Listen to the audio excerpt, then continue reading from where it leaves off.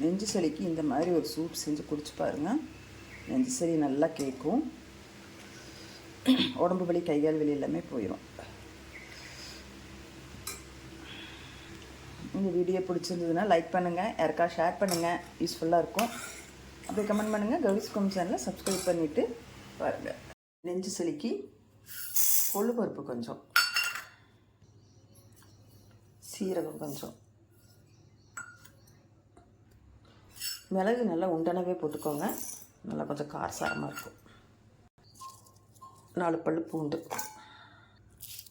ஒரு 5 சின்ன வெங்காயம், கருவேப்பிலை கொஞ்சம், கொத்தமல்லி தலையில் தண்டெல்லாம் சேர்த்து போட்டுக்கோங்க. தண்டில் தான் நல்லா சத்து இருக்குது. இப்போ இதையெல்லாம் ஒன்றா அரைச்சி எடுத்துக்கலாம். இது கூட ஒரு 4 வர கொத்தமல்லி சேர்த்திக்கோங்க. வடைச்சட்டி வச்சு எண்ணெய் ஊற்றி வச்சு, எண்ணெய் காஞ்சி வச்சு, கடுகு, வரமிளகா நம்ம இப்போ அரைச்சி வச்சதை அப்படியே ஊற்றிக்கலாம்.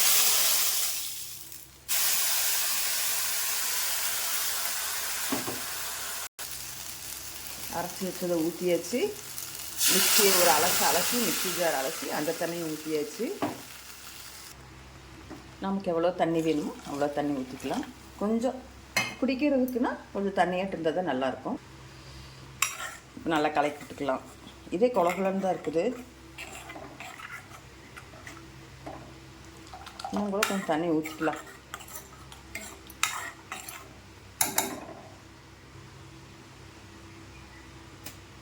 கொஞ்சம் தண்ணி ஊற்றிட்டு கொஞ்சம் மஞ்சத்தூள் போட்டுக்கலாம். மஞ்சத்தூள், பெருங்காயத்தூள், கல்லுப்பு போட்டு நல்லா கலக்கி விட்டுடலாம். நல்லா கொதிக்கட்டும். உப்பு காரமெல்லாம் பார்த்துக்கோங்க. உப்பு காரம் பத்தலைன்னா போட்டுக்கோங்க.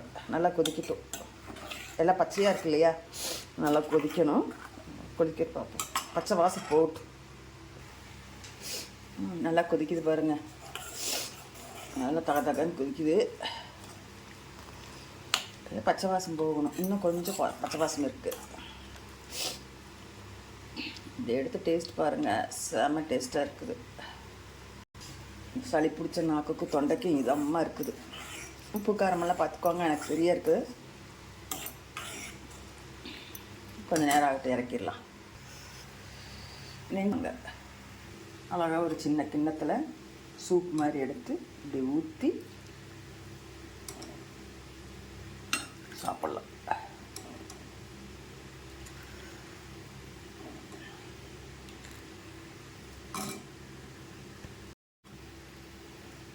இப்போ நமக்கு சூப் ரெடி ஆகிடுச்சு.